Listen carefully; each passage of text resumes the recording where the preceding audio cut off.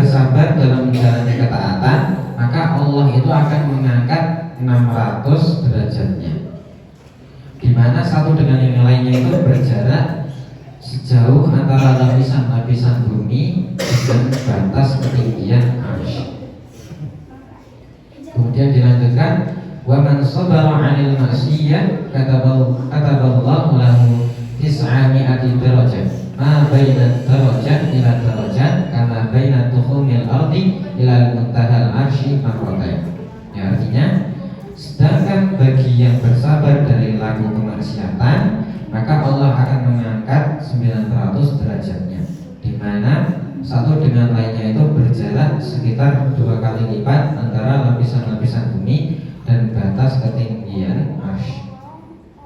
Kalau yang sabru alal musibah, yaitu sabar ketika mendapatkan musibah, maka Allah itu akan mengangkat 300 derajatnya.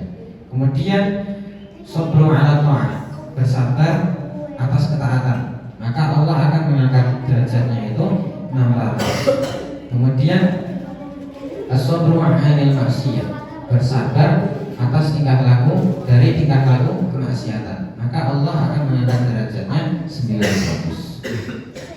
Oke. Jadi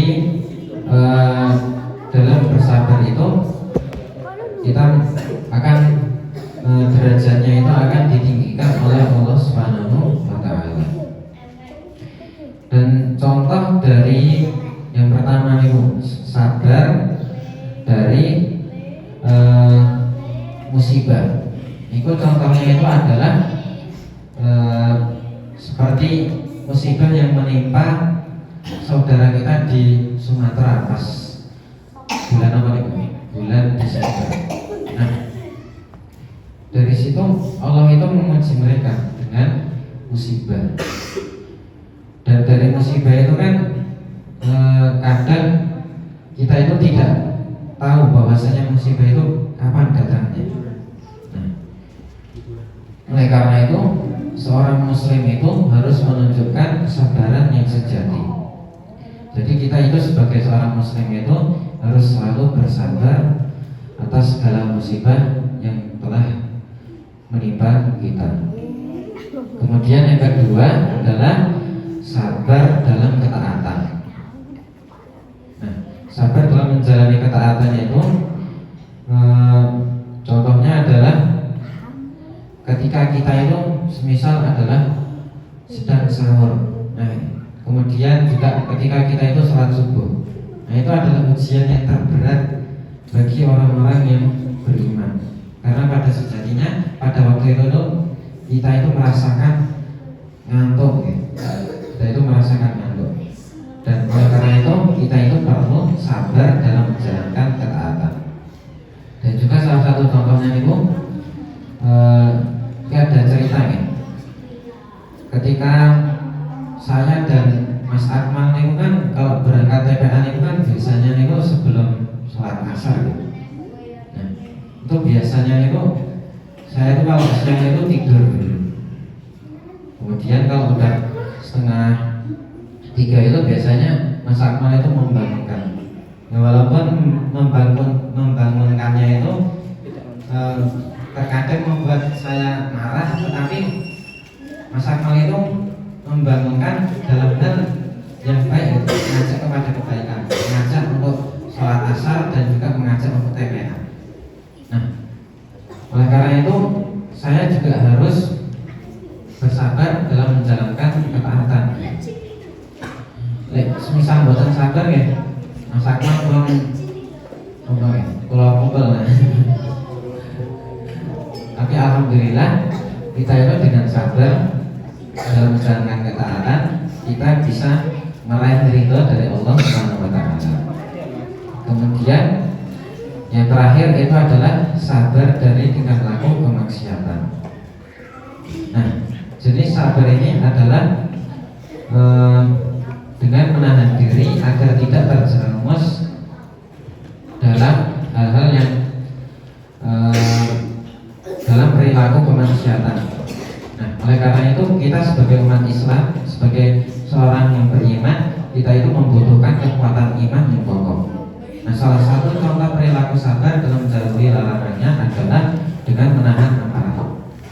Islam itu sangat menganjurkan umatnya agar tidak cepat marah, karena amarah bisa menjerumuskan pada dosa. Orang yang sabar itu akan mengendalikan diri dan memilih diam atau berwudu ketika emosi memuncak. Selain itu, menjaga lisan itu juga merupakan contoh perilaku bersabar.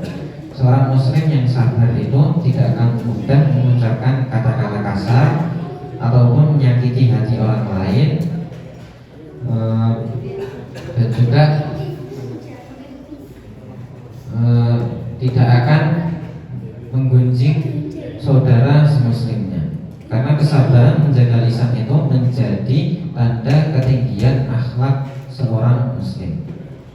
Kemudian godaan harta dan duniawi juga membutuhkan contoh perilaku sabar. Misalnya itu seorang pedagang yang memilih jujur meski keuntungannya itu kecil, yang menahan diri dari praktik curang ataupun riba yang dilarang oleh Allah Subhanahu wa taala. Dan kesabaran dalam hal ini menunjukkan ketaatan kepada syariat. Jadi dapat kita simpulkan bahwasanya sabar itu terbagi menjadi 3, yaitu adalah sabar atas musibah yang kita alami, kemudian bersabar dari ketaatan, bersabar dalam ketaatan, dan juga yang terakhir adalah bersabar dari tingkah laku maksiat. Mungkin karena waktu yang sudah mepet, demikian yang dapat saya sampaikan. Kurang lebihnya saya mohon maaf. Wallahu a'lam bishawab. Nun wal qalam yawma yasurun. Astaghfirul khairat. Nasrun minallahi wal fathun qarib wa basyiril mu'minin. Assalamualaikum warahmatullahi wabarakatuh.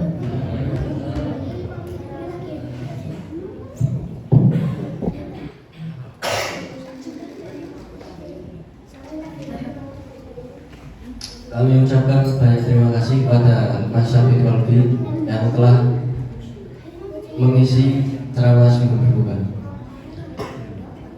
Akhirnya Bapak Ibu, kita sampai di penghujung acara. Marilah kita tutup kajian sebelum berbuka pada sore hari ini dengan mengucapkan hamdalah dan juga doa kafaratul majelis. Alhamdulillahirabbil alamin. Subhanallahumma bihamdika asyhadu an la ilaha illa anta astaghfiruka wa atubu ilaik. Akhirul kalam, nasrul minallahi fathun qarib wa basyiril mu'minin. Assalamualaikum warahmatullahi wabarakatuh.